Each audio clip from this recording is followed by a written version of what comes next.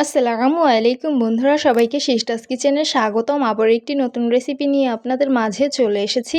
আজকে আপনাদের বড় রুই মাছের মাথা লেজ ভুনা করে দেখাবো, তো সাথেই থাকুন। তেল আমি সুন্দরভাবে গরম করে নিয়েছি আর মাছগুলো ম্যারিনেট করে নিয়েছি সামান্য লবণ হলুদ দিয়ে। তারপর মাছগুলো দিয়ে দিলাম। মাছগুলো এক পাশ হয়ে গেছে, এখন উল্টে অপর পাশটিও ভেজে নিব। এই তো মাছ ভাজা হয়ে গেছে, এখন তেল ঝরিয়ে উঠিয়ে নিব।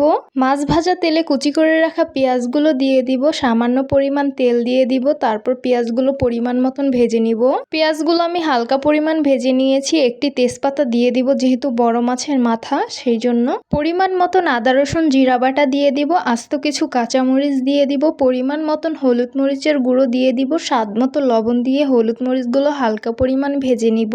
হলুদ মরিচগুলো সামান্য পরিমাণ ভেজে নিয়েছি। এখন অল্প পরিমাণ পানি দিয়ে মশলাগুলো খুব ভালোভাবে কষিয়ে নিতে হবে।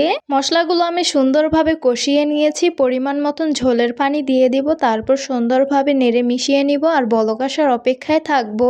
এই তো তরকারিটা বলক চলে এসেছে, এখন পরিমাণ মতন শাক বাটা দিয়ে সুন্দরভাবে মিক্স করে নিতে হবে।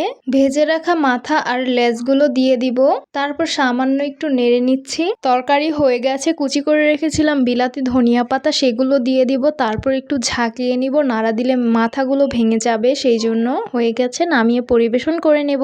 পরিবেশন করে নিলাম রুই মাছের মাথা ভুনা। দেখতে অনেক বেশি লোভনীয় লাগছে আর বড় মাছের মাথা খেতে অনেক বেশি ভালো লাগে। তো আপনারাও একদিন বাসায় রান্না করবেন, খেতে অনেক বেশি মজাদার। তো আশা করছি আমার আজকের রেসিপি আপনাদের কাছে অনেক বেশি ভালো লাগবে। ভালো লেগে থাকলে আমার ইউটিউব চ্যানেলটি সাবস্ক্রাইব করবেন, আর যারা আমার ফেসবুক পেজ থেকে দেখছেন পেজটিকে ফলো করবেন। সবাই অনেক বেশি ভালো থাকবেন, সুস্থ থাকবেন আর সিস্টার্স কিচেনের সাথেই থাকবেন। আবারও কথা হবে কোনো নতুন ভিডিওতে। তাহলে আজকে এই পর্যন্তই। আল্লাহ হাফেজ।